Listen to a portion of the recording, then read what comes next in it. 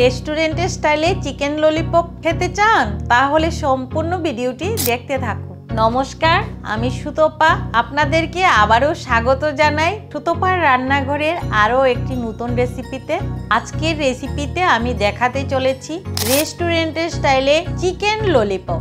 আশা রাখি সম্পূর্ণ ভিডিওটা প্রথম থেকে শেষ অবধি দেখবেন আপনারা।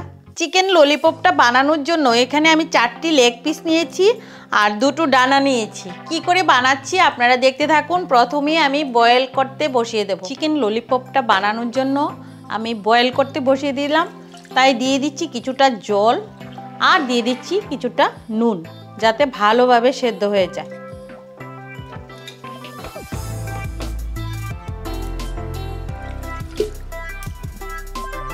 এখন একটা ঢাকা দিয়ে দিচ্ছি। কিছুক্ষণ সেদ্ধ হয়ে যাবার পর আমি নামিয়ে নেব। ভালোভাবে যাতে সেদ্ধ হয়ে যায় একটু উল্টে পাল্টে দিচ্ছি। আবারও ঢাকা দিয়ে দিলাম। 6-7 মিনিট সেদ্ধ করার পর আমি এখন নামিয়ে নিচ্ছি। আর অবশ্যই এরকম একটা ছড়ানো পাত্রে নেবেন, যাতে ভালোভাবে মাখানোও যায় আবার ঠান্ডাও হয়ে যায় তাড়াতাড়ি। এভাবে মাংসগুলি ছাড়িয়ে নেবেন, এরপরে মিক্সার মেশিনে আমি পেস্ট করে বানাবো।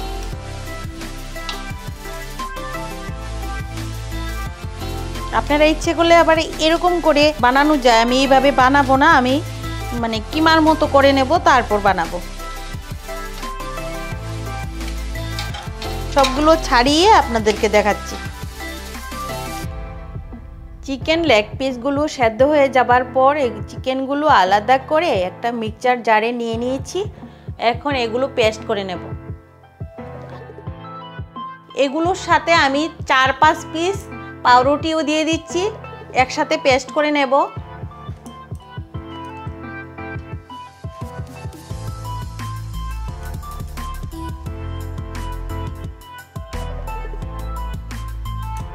এখন আমি পেস্ট করে নেব।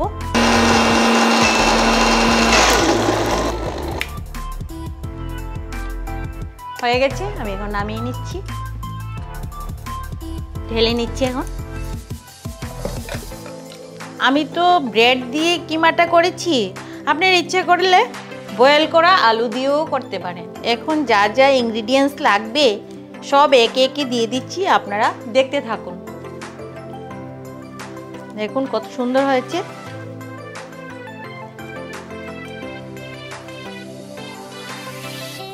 গোলমরিচের গুঁড়ো হাফ চামচ। বয়েল করতে যেহেতু আমি নুন দিয়েছি, এখন আমি একটু কম করে দিচ্ছি। এখানে 1 চামচের 4 ভাগের 1 ভাগ দিয়েছি। দিয়ে দিচ্ছি কিছুটা হলুদ গুঁড়ো, দিয়ে দিচ্ছি কাশ্মীরি লাল লঙ্কা গুঁড়ো, সামান্য জিরা, ভাজা জিরা গুঁড়ো, হাফ চামচ দিয়ে দিচ্ছি কাঁচা লঙ্কা বাটা, আদা বাটা, আর দিয়ে দিচ্ছি কিছুটা পেঁয়াজ বাটা। এখন আবার ভালো করে একটু মিশিয়ে নিচ্ছি। আরও কিছু জিনিস লাগবে, আমি দিচ্ছি।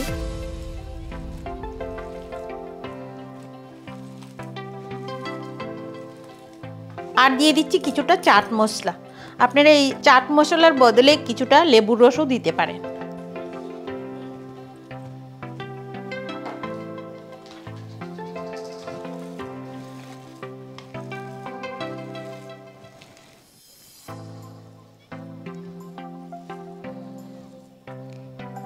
এখন এইটুকু বলের মতো বানিয়ে ললিপপের শেপটা দিয়ে দিচ্ছি।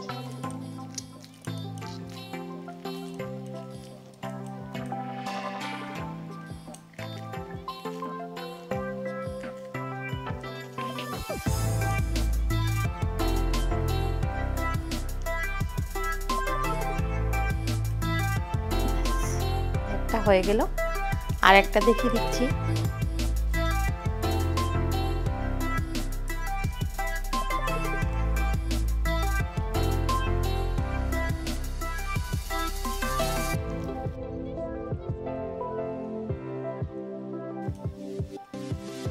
এই যে ললিপপ।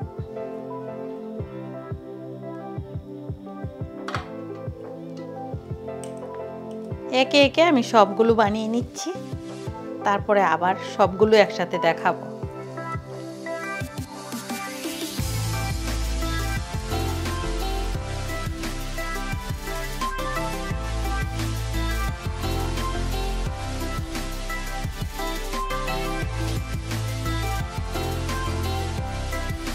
আমার সবগুলো চিকেন ললিপপ রেডি হয়ে গেছে। একটা ব্যাটারের মতো বানিয়ে নিচ্ছি, এগুলো ডিপ করে এরপরে ব্রেড ক্রাম্বসের মধ্যে কুট করে ভেজে নেব।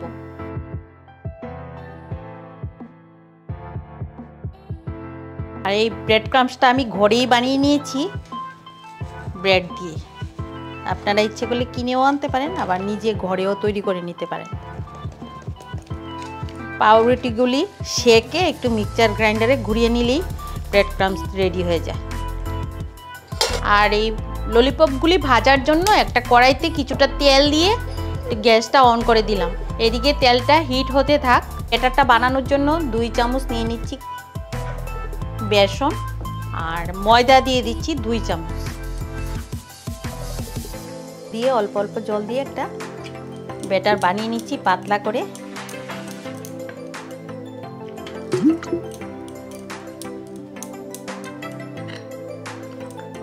এই ব্যাটারটার মধ্যে কিছুটা গরম মশলা গুঁড়া আর দিয়ে দিচ্ছি কিছুটা কাশ্মীরি লাল লঙ্কা গুঁড়া আর একটু সামান্য নুন।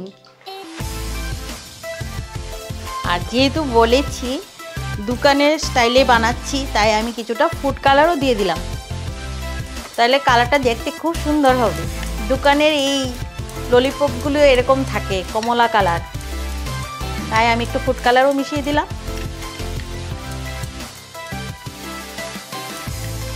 এভাবে ভালো করে মিশিয়ে নেবেন। যেহেতু কালারটা দিয়েছি, কালারটা যাতে দলা পাকিয়ে না থাকে, তাই ভালো করে মিশিয়ে নেবেন। আমার মেশানো হয়ে গেছে।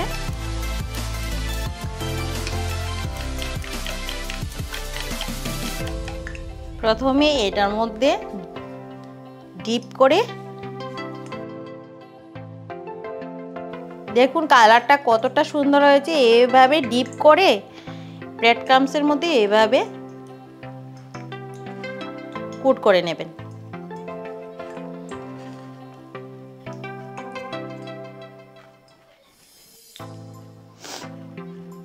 এখন তেলে দিয়ে দেব।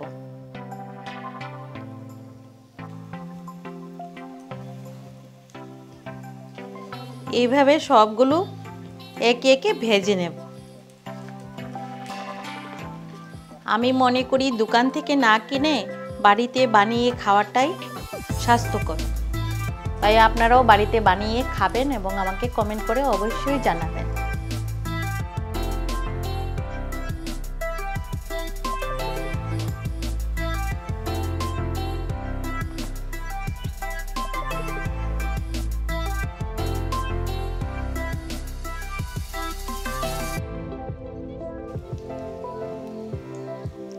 আর এই ভাজতে ললিপপগুলি একটু কম স্টিম করেই মিডিয়াম টু লো আঁচেই ভাজতে হবে, নয়তো ভিতরটা কাঁচা রয়ে যাবে। তাই আমার এগুলি ভাজতে 10 মিনিটের মতো লেগে গেছে এপিট ওপিট।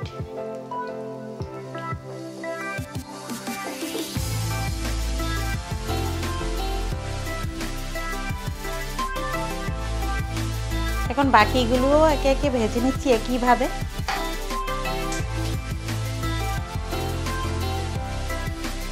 আর আপনারা এরকম হালকা ভেজে স্টোর করে রাখতে পারেন, পরে ভেজে ভেজে খেতে পারেন। আর আগের ব্যাচেরগুলো আমি কড়া করেই ভেজেছি এখন খাওয়ার জন্য। কালারটা দেখুন একদম রেস্টুরেন্টের মতো আসছে কি, আপনারা কমেন্ট করে জানাবেন।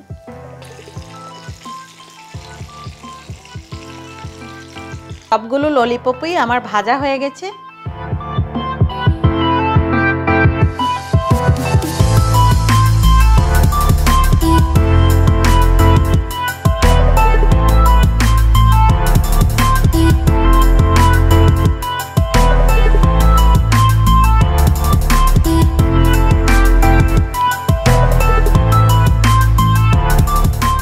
দারুণ হয়েছে, সো টেস্টি।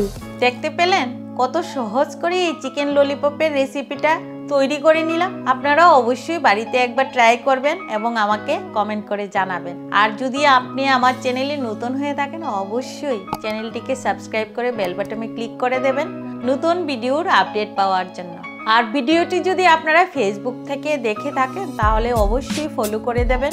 আবারও দেখা হবে নতুন কোনো রেসিপি নিয়ে। ততক্ষণ আপনারা ভালো থাকবেন, সুস্থ থাকবেন।